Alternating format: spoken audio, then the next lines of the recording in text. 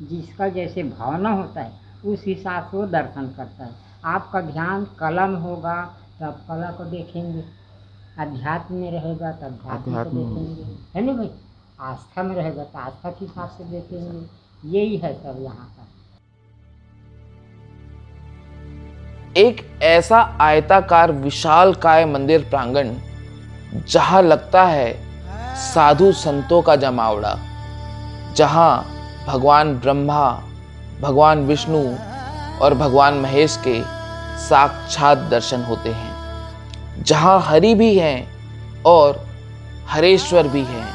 इसीलिए इसे कहा जाता है हरि हरेश्वर धाम, जहां भगवान विष्णु के सभी अवतारों के दर्शन एक साथ होते हैं। यहाँ आने से चारों धाम की यात्रा सफल हो जाती है, क्योंकि यहाँ भगवान जगन्नाथ भी हैं, भगवान द्वारिकाधीश भी हैं, भगवान रामेश्वरम भी हैं और भगवान बद्रीनाथ भी हैं।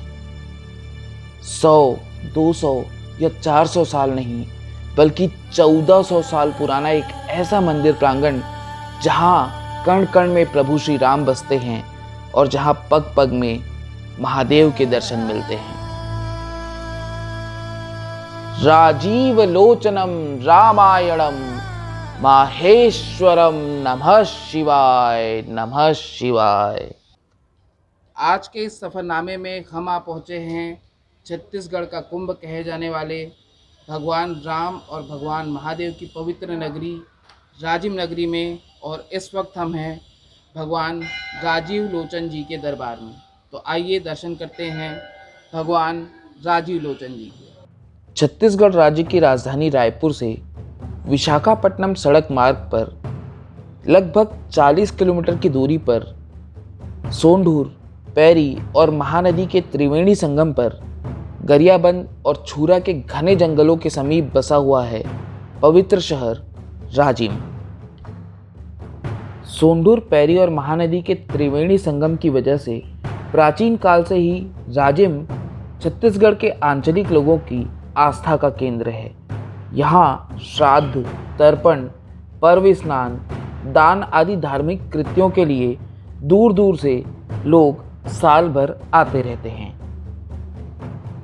इसी त्रिवेणी संगम के पास नदी के बीचों बीच कुलेश्वर महादेव का 9वीं शताब्दी का एक बहुत ही प्राचीन मंदिर है, जिसके बारे में कहा जाता है कि स्वयं माता सीता ने वहाँ भगवान शिव की पूजा अर्चना की थी। यह त्रिवेणी संगम हमारे छत्तीसगढ़ अंचल के लोगों के लिए बहुत मायने रखता है, क्योंकि हमारे छत्तीसगढ़ में महानदी को वही दर्जा दिया जाता है जो पूरे भारतवर्ष में माँ गंगा को दिया जाता है। दोस्तों, इसी त्रिवेणी संगम के किनारे नदी के तट पर एक विशाल आयताकार मंदिर प्रांगण स्थित है, जो भगवान विष्णु को समर्पित है। ऐसा बताया जाता है कि इस मंदिर का निर्माण 7वीं शताब्दी में यहाँ के कलचुरी कालीन राजाओं द्वारा करवाया गया था, और इस बात की पुष्टि बहुत से इतिहासकारों और पुरातत्वविदों ने यहाँ से मिले शिलालेखों के माध्यम से की है। दोस्तों, यह विश्व का इकलौता ऐसा मंदिर है जहाँ भगवान विष्णु को राजीव लोचन के नाम से जाना जाता है। इसीलिए इस मंदिर को हम राजीव लोचन मंदिर कहते हैं। यह क्षेत्र आस्था के लिए जितना प्रसिद्ध है, उतना ही प्रसिद्ध अपनी कला और संस्कृति के लिए भी है। यहाँ की मूर्तियों, दीवारों और खंभों में तत्कालीन कला की बहुत सी अमूल्य धरोहरें देखने को मिलती हैं।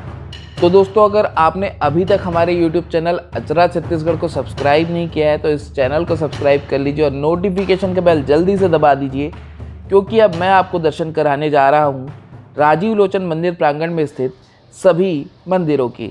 सबसे पहले जो आप देख रहे हैं ये भगवान नरसिंहनाथ जी का मंदिर है, और जैसा कि हम सब जानते हैं कि भगवान नरसिंहनाथ भगवान विष्णु जी के अवतार थे और उन्होंने राजा हिरण्यकश्यपु का वध करके उसको मुक्ति दी थी।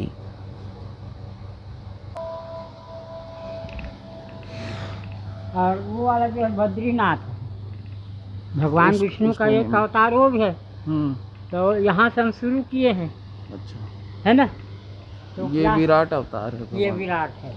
तो जब 3 पग मांगे ना, तो राजा बलि मांगने के बाद फिर वो जो रूप को बढ़ाए हैं ना, वो वाला है। जिसमें तीसरे पग पे राजा बलि के सर पे हाँ पाँव हाँ रख हाँ दिए थे हाँ, भगवान। वही पोजीशन वाला है। यहाँ पर भगवान विष्णु को उनके विराट स्वरूप में दिखाया गया है। दोस्तों, इस मंदिर प्रांगण की अधिकांश मूर्तियाँ 7वीं से 12वीं शताब्दी के बीच में बनवाई गई हैं। इस ओर जो आप देख रहे हैं ये भगवान जगन्नाथ का मंदिर है, जहाँ मैं आपको अभी थोड़ी देर में लेके चलूँगा। फिलहाल हम आगे चलते हैं और यहाँ के अन्य मंदिरों के दर्शन करते हैं। बंद कर देते हैं और कोई बात नहीं, अंदर घुस जाता है। ये बद्रीनाथ।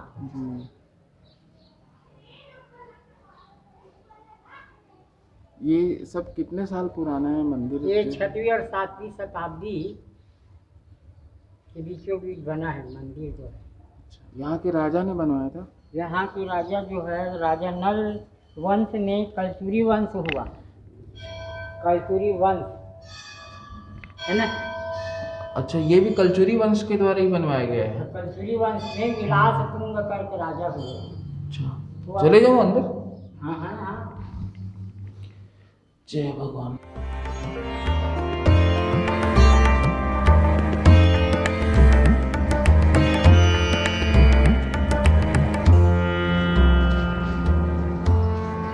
यहाँ आपको ना मत्स्य अवतार, कच्छप अवतार भगवान का, हाँ, विष्णु भगवान को मिले। और ये क्या है? ये वो कोठा है, कोठा। अच्छा, कोठा पूरा मतलब रसोई खाना। रसोई खाना जो है। अपना कच्चा रसोई रखते ना, वो कोठा है। अच्छा, मतलब अनाज भंडारण के लिए। हाँ हाँ, भूल गया मैं। ये देखो, ये आपका वामन भगवान के पास जब वो उसके पास गए ना वरदान मांगने के लिए, 3 पग भूमि, वो वाला। इसको देखिए आप यहाँ पर, इसको दिखा देता हूँ, फिर उसके बाद शूटिंग करना। ये देखो आपका, ये फिर यहाँ पर नरसिंह मिल गया, और परशुराम है, और ये देखो ये वराह है, ये कच्छप है, ये मीना है, मीन भगवान का इतने रूप है। और इधर आपको कृष्ण भी है ना, राम और सीता भी है।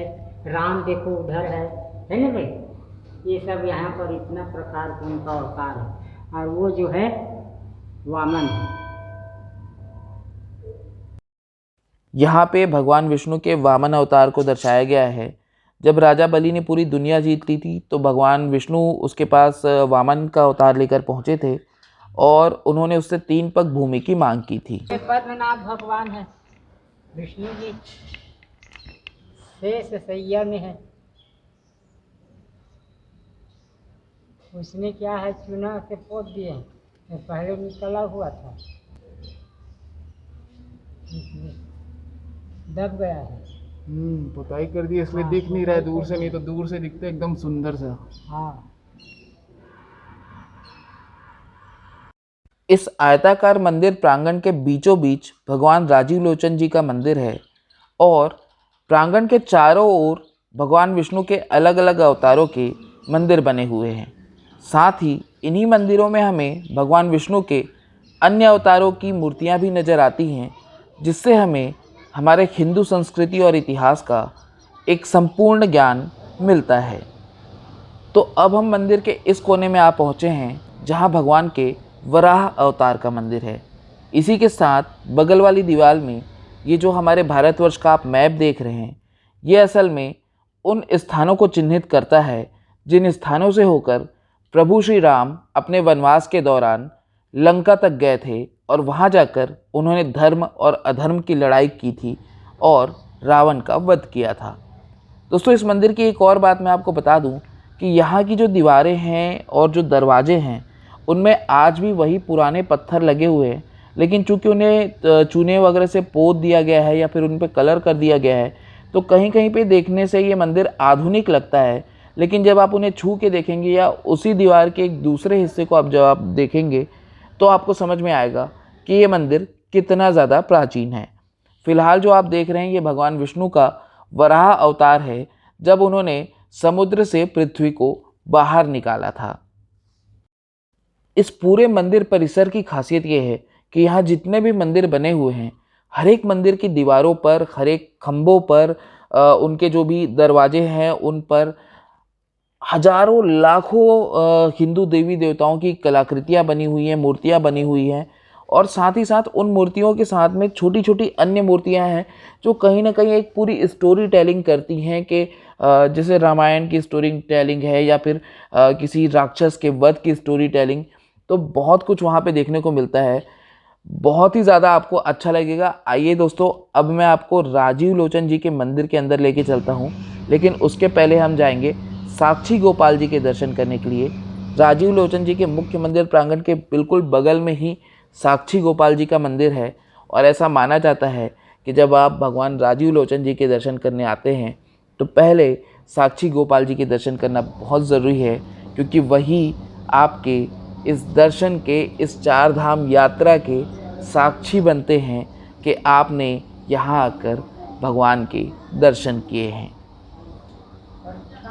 अब आप में से बहुत सारे लोगों के मन में ये सवाल आ रहा होगा कि मैं तो आपको राजीव लोचन जी के दर्शन करा रहा हूँ, तो मैंने चार धाम यात्रा क्यों कहा? तो दोस्तों, इस बात का जवाब भी मैं आपको इसी वीडियो में थोड़ी देर में दूंगा। फिलहाल हम राजीव लोचन जी के मुख्य मंदिर के अंदर जा रहे हैं, और ये जो आप दरवाज़ा देख रहे हैं ये लगभग 1400 साल पुराना है, 7वीं शताब्दी में बनाया गया है। और जो मैं अभी आपको थोड़ी देर पहले बता रहा था, देखिए जो दरवाजे हैं, जो भी पिलर्स हैं, उन पे कितनी ज़्यादा कलाकृतियाँ बनाई गई हैं अलग अलग हिंदू देवी देवताओं के, या जो भी तत्कालीन उस समय के कलाकृतियाँ बनती थी, और एक साथ वो सब कुछ मिलकर एक बहुत ही खूबसूरत सा एक स्टोरी टेलिंग कर रहे हैं उस समय का, उस समय के कल्चर का, उस समय की संस्कृति का। फ़िलहाल हम राजीव लोचन जी के मुख्य मंदिर के प्रांगण के अंदर हैं, और मेरे सामने जो आप देख रहे हैं ये भगवान राजीव लोचन जी की मूर्ति है।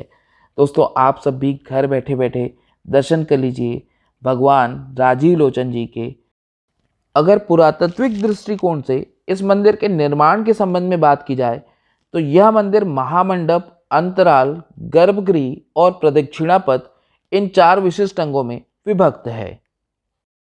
इस मंदिर का महामंडप नागर शैली में बना हुआ है। हालांकि नागर शैली के बाकी प्राचीन मंदिरों में महामंडप वर्गाकार हुआ करता है, लेकिन राजिम के बाकी सभी मंदिरों की भांति इस मंदिर का महामंडप आयताकार है। मंदिर के मंडप के अंदर कुल 6 स्तंभ बने हुए हैं, जिनमें माता गंगा, माँ जमुना, एक नारी और एक पुरुष, और उसके साथ भगवान विष्णु के वराह और नरसिंह अवतार को देखा जा सकता है। गर्भगृह में मूल देवता की मूर्ति प्रतिष्ठित है। यह प्रतिमा काले पत्थर की बनी विष्णु की चतुर्भुजी मूर्ति है, जिसके हाथों में क्रमशः शंख, गदा, चक्र और पद्म है। भगवान राजीव लोचन के नाम से इसी मूर्ति की पूजा अर्चना होती है।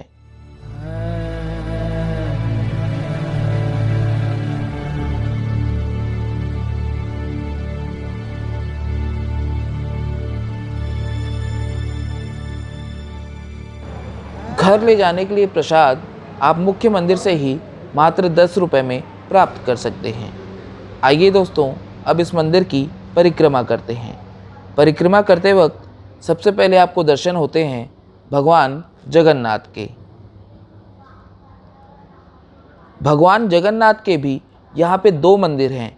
एक मंदिर यह जो आप अभी देख रहे हैं परिक्रमा करते वक्त, और दूसरा जो मैंने आपको इस वीडियो की शुरुआत में दिखाया था, जहाँ मैं अभी आपको थोड़ी देर में लेके जाने वाला हूँ।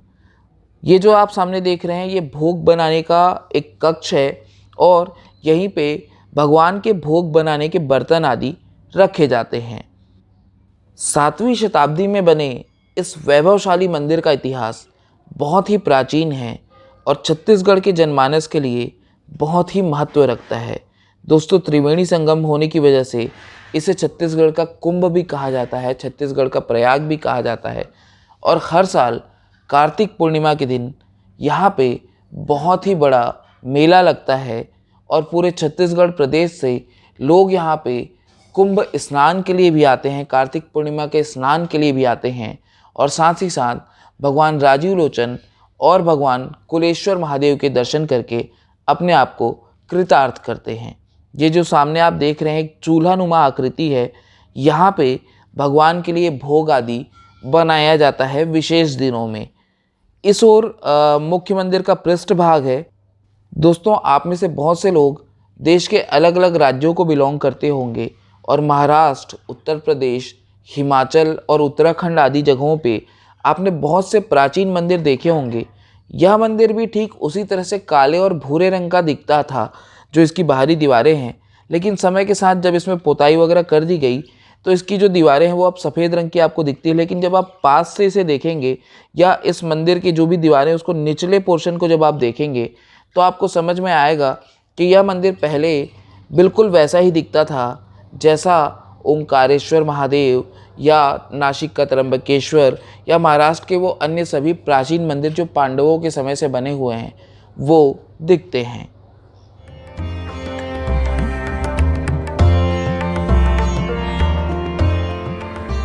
अब हम परिक्रमा करके बाहर निकलते हैं और एक बार और भगवान राजीव लोचन जी के दर्शन करते हैं और उसके बाद सीधा मैं आपको ले चलूँगा भगवान जगन्नाथ जी के दरबार में, और वहाँ जाके मैं आपको ये बताऊँगा कि क्यों मैंने इस मंदिर में घुसते समय कहा था कि हम 4 धाम की यात्रा पे जा रहे हैं।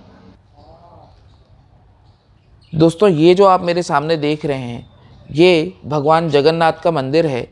इस मंदिर के अंदर किसी भी प्रकार की फ़ोटोग्राफी या वीडियोग्राफी अलाउड नहीं है, तो मैं यहाँ पे मंदिर के कैंपस के अंदर से फ़ोटोग्राफी या वीडियोग्राफी नहीं कर रहा हूँ। मैं आपको बाहर से मंदिर दिखा रहा हूँ। देखिए दोस्तों, हर जगह की अपनी एक महत्ता होती है और हमें सभी की भावनाओं का सम्मान करते हुए चलना चाहिए। तो यहाँ के पुजारी जी ने जब मुझसे कहा कि अंदर से आप फ़ोटो नहीं लीजिए, वीडियो नहीं लीजिए, तो मैं उनकी भावनाओं का सम्मान कर रहा हूँ। तो दोस्तों, अब मैं आपको बताता हूँ कि भगवान राजीव लोचन जी के मंदिर में प्रवेश करते वक्त मैंने 4 धाम यात्रा का जिक्र क्यों किया था। लेकिन उसके पहले मैं आपको एक बहुत ही इंपॉर्टेंट बात बता दूं कि अगर आप में से किसी ने भी इस वीडियो को स्किप करके देखा हुआ है तो आपको मेरी बात अब बिल्कुल समझ में नहीं आएगी। मेरी बात सिर्फ उन्हीं लोगों को समझ में आएगी जिन्होंने इस वीडियो को शुरू से अभी तक पूरा देखा है बिना स्किप किए हुए। राजीव लोचन जी के इस विशाल आयताकार नुमा मंदिर प्रांगण में प्रवेश करने के बाद हमने सबसे पहले दर्शन किए भगवान बद्रीनाथ के। दोस्तों, भगवान बद्रीनाथ का धाम हमारे हिंदू धर्म के 4 धामों में से पहला धाम माना जाता है। उसके बाद जब हम वराह अवतार वाले मंदिर के दर्शन करने गए तो वहाँ हमने भगवान श्री कृष्ण और भगवान श्री राम के दर्शन किए। द्वारिकाधीश दूसरा धाम है जहाँ हमें भगवान श्री कृष्ण के दर्शन होते हैं। इसके अलावा दोस्तों, हमने इसी मंदिर प्रांगण में भगवान श्री जगन्नाथ जी के भी दर्शन किए, जहां मैं अभी कुछ देर पहले खड़े होकर आपसे बात कर रहा था। दोस्तों, अब जो हम दर्शन करने जा रहे हैं वो है चौथा धाम रामेश्वरम। यह मंदिर भगवान शिव का मंदिर है और यहाँ हमें भगवान शिव के दर्शन होते हैं। तो दोस्तों, बद्रीनाथ, द्वारिकाधीश, जगन्नाथ और रामेश्वरम, ये वो 4 धाम हैं जो हमारे हिंदू धर्म के हिसाब से 4 धाम माने जाते हैं। और ऐसा माना जाता है कि यहाँ की परिक्रमा अगर आपने कर लिया या इन 4 धामों के दर्शन आपने कर लिए तो आपने अपना जीवन सफल कर लिया। इस मंदिर को राजेश्वर मंदिर भी कहते हैं। राजीव लोचन मंदिर के पश्चिम में प्रकोष्ठ से बाहर तथा द्वार प्रकोष्ठ से लगभग 18 फुट हटकर पूर्वाभिमुख अवस्था में यह मंदिर स्थित है। भगवान शिव का यह मंदिर 7वीं शताब्दी का ही है। और दोस्तों, इस मंदिर की एक और बहुत ख़ास बात है कि इस मंदिर से भगवान राजीव लोचन जी की मूर्ति के सीधे दर्शन होते हैं। और अगर आप भगवान राजीव लोचन जी की मूर्ति के पास जाकर के देखेंगे तो आपको यहाँ स्थित इस शिवलिंग के सीधे दर्शन होंगे। दोस्तों, हमारे हिंदू धर्म के हिसाब से हम सब जानते हैं, हम सब ने कहीं ना कहीं कथाओं में सुना होगा या किसी टीवी सीरियल में भी आपने देखा होगा कि हमेशा ही भगवान विष्णु और भगवान शिव एक दूसरे को अपना आराध्य बताते हैं और एक दूसरे की पूजा अर्चना कहते हैं। और दोस्तों, एक और ख़ास बात है, अगर आप कभी भी ध्यान देंगे, आप भारतवर्ष के किसी भी कोने में चले जाएं, किसी भी मंदिर में आप जाएं, चाहे वो भगवान विष्णु के किसी अवतार का हो या भगवान शिव का हो, उसके आसपास आपको उनके आराध्य देवता का मंदिर मिल ही जाएगा। फिलहाल ये जो आप स्तंभ देख रहे हैं, बीच का एक पोर्शन देख रहे हैं, इस मंदिर प्रांगण में भगवान ब्रह्मा जी की एक मूर्ति आपको नज़र आएगी। यहाँ पे बहुत सारी कलाकृतियाँ आपको देखने को मिलेंगी। ये सब मुख्य रूप से अलंकार रस को दर्शाती हैं और कला प्रेमियों को अपनी ओर आकर्षित करती हैं। इसके बीच में अगर आप देखेंगे तो एक द्वारनुमा आकृति बनी हुई है और उस द्वार में असंख्य छोटी छोटी मूर्तियाँ बनी हुई हैं और वह रामायण काल तथा महाभारत काल के अनेकों दृश्यों को दर्शा रही हैं, जिनको देखने और समझने के लिए आपको शायद यहाँ कुछ दिन या घंटे नहीं बल्कि शायद कुछ महीने बिताने पड़ेंगे, तब जाकर कहीं आप इन कलाकृतियों की एक पूरी रूपरेखा तैयार कर पाएंगे और आप समझ पाएंगे कि वह कौन सा दृश्य दर्शा रही हैं। दोस्तों, इसकी एक और ख़ास बात है कि इन्हीं कलाकृतियों के बीच इसी द्वार में भगवान ब्रह्मा जी की भी एक बहुत प्यारी सी मूर्ति है, जो बहुत ही ध्यान से देखने से नज़र आती है। अब ज़रा ध्यान से देखिए और समझिए। मैं इस वक्त जहाँ पे खड़ा हूँ वहाँ से मुझे शिव जी के मंदिर के बीच के दोनों स्तंभ दिख रहे हैं और इस तरफ देखने से राजीव लोचन मंदिर के बीच के दोनों स्तंभ दिख रहे हैं। वो दो स्तंभ जिनके बीच से सीधे मंदिर का गर्भगृह नज़र आता है और गर्भगृह में विराजमान मूर्ति नज़र आती है। यानी कि यहाँ बैठकर दिन भर भगवान शिव भगवान विष्णु को निहारते रहते हैं और भगवान विष्णु अपने आराध्य भगवान शिव को निहारते रहते हैं। और बीच में बैठे हुए हैं भगवान ब्रह्मा, इस पूरी सृष्टि के रचयिता, और एक और हैं इस सृष्टि के कर्ता धर्ता, इस सृष्टि के पालनहार भगवान विष्णु, और दूसरी ओर हैं इस सृष्टि के संहारक भगवान शिव। तो दोस्तों, कितना अतुल्य और कितना अप्रतिम है ये मिलन। देखिए, यहीं आकर आपको शिव भी मिल जाते हैं, ब्रह्मा भी मिल जाते हैं, विष्णु भी मिल जाते हैं, द्वारिकाधीश भी मिल जाते हैं, भगवान जगन्नाथ भी मिल जाते हैं। यहीं से हो जाती है चारों धाम की यात्रा, यहीं हो जाते हैं भगवान ब्रह्मा विष्णु और महेश के दर्शन। सोंढूर, पैरी और महानदी के संगम में स्नान करके प्रयागराज जैसा फल मिल जाता है। इस वक्त मैं दानेश्वर महादेव के मंदिर में हूँ। यह मंदिर राजेश्वर महादेव मंदिर से बिल्कुल लगा हुआ है। इस मंदिर के गर्भगृह में भी भगवान शिव का एक प्राचीन शिवलिंग है। इसके साथ ही गर्भगृह के बाहर दो प्राचीन मूर्तियां हैं और यहाँ के स्तंभों में भी तत्कालीन कला की बहुत सी आकृतियाँ देखने को मिलती हैं। ये जो आप अभी मेरे सामने देख रहे हैं, ये भगवान सूर्य नारायण जी का मंदिर है और यहाँ अंदर भगवान सूर्य नारायण जी की मूर्ति विराजमान है। दानेश्वर महादेव मंदिर के बगल में ही भगवान विष्णु का एक छोटा सा मंदिर है, जहां भगवान विष्णु की चतुर्भुजी प्रतिमा विराजमान है।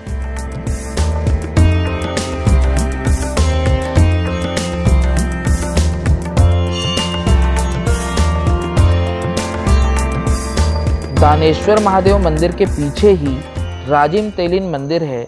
इस मंदिर का वास्तुशिल्प पंचेश्वर तथा भूतेश्वर मंदिर के वास्तुशिल्प के समरूपता में दिखता है।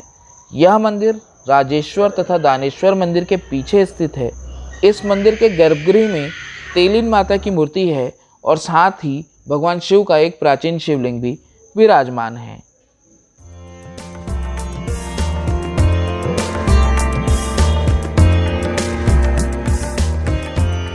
इस ओर अगर आप देखेंगे तो इस बड़े से शिलाखंड में भगवान श्री राम और भगवान श्री लक्ष्मण एक शिवलिंग की आराधना करते हुए नजर आ रहे हैं। देखने से ऐसा प्रतीत होता है कि जिस तरह से लंका जाने के पहले उन्होंने रामेश्वरम में शिवलिंग की पूजा अर्चना की थी, ठीक उसी तरह का दृश्य शायद इस शिलाखंड में नजर आ रहा है। अब हम राजिम तेलिन माता मंदिर से बाहर निकलते हैं। इस मंदिर प्रांगण के दीवारों में भी आपको भगवान बजरंगबली और भगवान गणेश की प्राचीन खूबसूरत मूर्तियां देखने को मिल जाएंगी।